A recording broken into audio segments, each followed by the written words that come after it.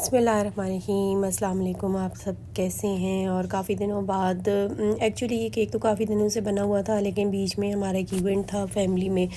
तो जब वहाँ गए तो फिर आपको पता है मौसम, थकावट, उसकी वजह से आवाज़ इतनी ज़्यादा ख़राब हो गई कि मुझे तो समझ ही नहीं आ रही थी बिल्कुल। वॉइस ओवर करने बैठती थी तो सही हो ही नहीं रही थी। तो इसीलिए मैंने सोचा कि जब थोड़ी बेहतर हो जाएगी आवाज़, हालांकि अभी भी इतनी अच्छी नहीं है लेकिन गुजारा हो रहा है, तो मैंने कहा चलें आज आपके साथ इसको शेयर कर लूँ। खैर ये जो केक था ये मेरी रेगुलर कस्टमर है। 1 मंथ बिफ़ोर ही हमारा इस केक के साथ सारी हमारी मतलब जितनी भी इंफॉर्मेशन थी, जो कुछ प्राइसिंग थी, सब चीज़ें हम लोगों ने डिसाइड कर ली थी।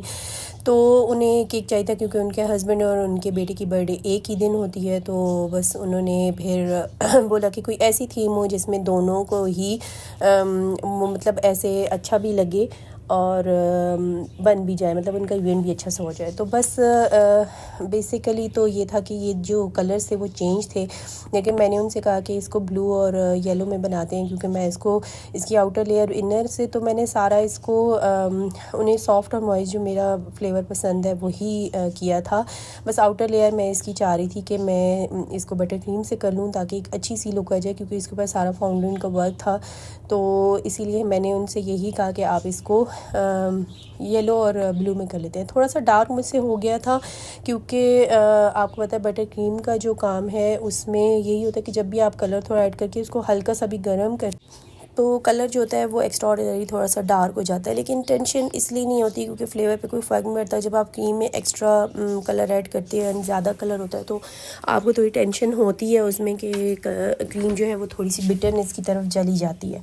लेकिन बटर क्रीम का ये होता है। अच्छा, बटर क्रीम की रेसिपी के बारे में इसमें मैं ज़रूर क्योंकि बेसिकली मैं सब जो बिगनर्स हैं और जो ऑब्वियसली एडवांस वर्क भी कर रही हैं, ऑब्वियसली बहुत अच्छा काम सारे कर रहे हैं, तो सीखने की तो ऑब्वियसली कोई उम्र नहीं होती। आप अच्छी चीज़ें हर एक से सीखते रहते हैं। तो इससे मैं ज़्यादातर क्योंकि मैं फ़्रेश क्रीम से वर्क करती हूँ और मेरा हाथ फ्रेश क्रीम के ऊपर बहुत ज़्यादा बैठा हुआ है क्योंकि मैं लास्ट 8 ईयर से फ्रेश क्रीम के साथ ही अपने केक्स की वर्किंग करी हूँ। इसके ऊपर मैं फाउंडेन का वर्क भी इजीली कर लेती हूँ और मुझे अच्छा लगता है अगर मैं फ़्रेश क्रीम, क्योंकि उसकी नीटनेस मेरे से बहुत अच्छी हो जाती है। लेकिन अब ये है कि वक्त के साथ साथ थोड़ी सी चीज़ों में ऑब्वियसली आप आगे बढ़ना चाहते हो और ट्राई करना चाहते हो।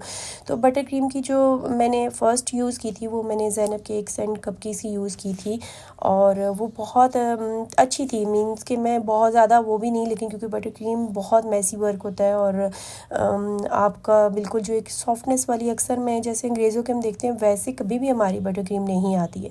हो चलें वो फिर भी थोड़ी बेहतर थी, लेकिन इस दफ़ा मैंने ये ज़ीम कुज़ीन वालों की यूज़ की थी। हालांकि उनका काम आउट ऑफ क्लास है। मैं ये नहीं कहती कि उन्होंने गलत रेसिपी शेयर की होगी। ऑब्वियसली उन्होंने ये साथ कहा था कि आपके एक्सपीरियंसेस है, आपको नहीं पसंद आती तो आप आगे चले जाओ। अब आई डोंट नो। और इस पे फैंसी बेक हाउस वाली जो थी उन्होंने भी इस चीज़ की मतलब वो कहा था कि उनकी भी बटर क्रीम उनकी रेसिपी से अच्छी नहीं बनी थी। लेकिन मैंने सोचा कि एक दफ़ा मैं भी ट्राई करके देखती हूँ।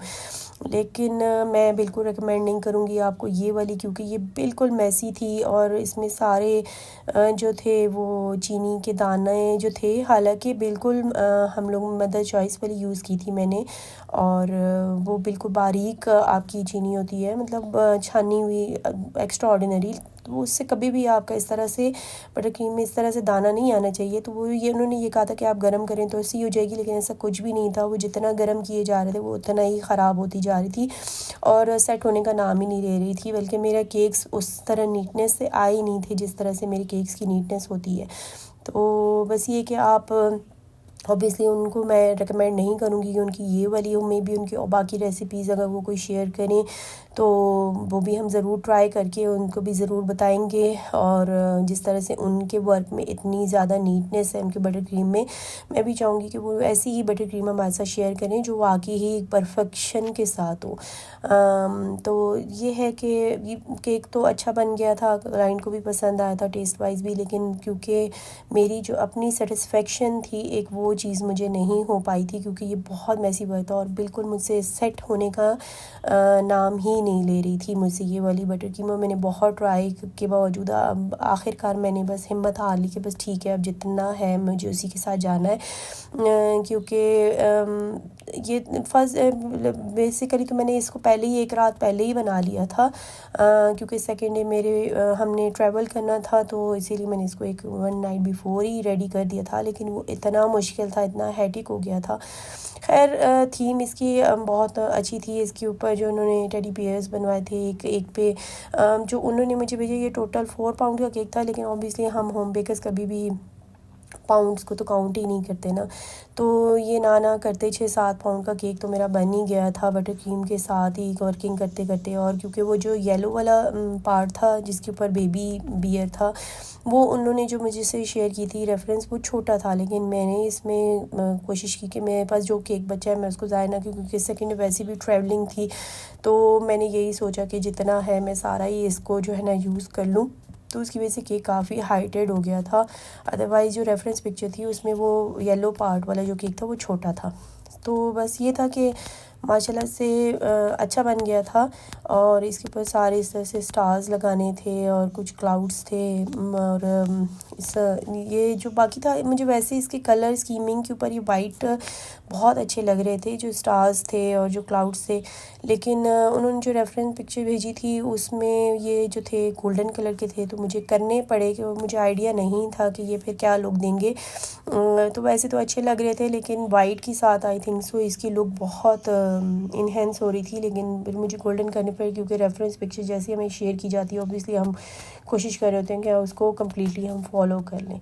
तो बस इस तरह से इसके ऊपर फॉक्स बॉल्स नहीं थी, वो भी मैंने ख़ुद से ऐड कर ली थी कि चले थोड़ा सा ना उसकी नीटनेस को, शायद जो थोड़ा अनटाइडी सा मुझे लग रहा था, मैं उसको कवर करना चाह रही थी।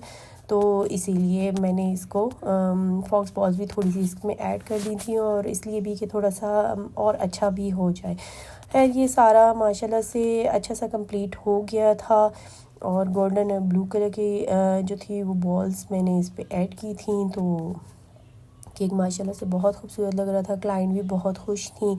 टोटल इनके साथ जो था कपकेक्स भी थे, 1.5 इन्होंने डज़न कपकेक्स बनवाए थे और 6 मैंने इनको कॉम्प्लीमेंट्री दिए थे, क्योंकि बाकी जो था इनका पूरा पैकेज जो था वो 4 पाउंड का केक था और 1.5 मतलब 1.5 दर्जन इनके कपकेक्स थे, जिसमें से 6 मैंने इनको एक्स्ट्रा दे दिए थे। तो टोटल पैकेज इनका 10,000 का था, और विद बटर क्रीम की बेस के साथ, और इनर जो था वो सॉफ्ट और मॉइस्ट केक के साथ ही था। तो कस्टमर तो काफ़ी खुश थी, और उम्मीद है कि आपको भी मेरा ये काम अच्छा लगा होगा और मेरी इन्फॉर्मेशन भी आपके को हेल्प आउट करेगी। तो मैं भी अभी अच्छी से अच्छी बटर क्रीम के इंतज़ार में हूँ कि मुझे अच्छी सी रेसिपी मुझे मिल जाए जिसको अच्छे से फॉलो कर लूँ। हाँ, फैंसी बेक हाउस ने एक और जो अरमाइन बटर क्रीम का बताया है वो इंशाल्लाह, और फिर आपको नेक्स्ट मेरे किसी केक पे भी जो अप्लाई करूँगी तो उसका जो भी रिज़ल्ट आएगा, क्योंकि वो तो बहुत तारीफ़ करती हैं इसकी। तो वैसे उनकी जितनी भी टिप्स होती हैं अच्छी होती हैं, वो ऑनेस्टली अपनी टिप्स शेयर कर रही होती हैं।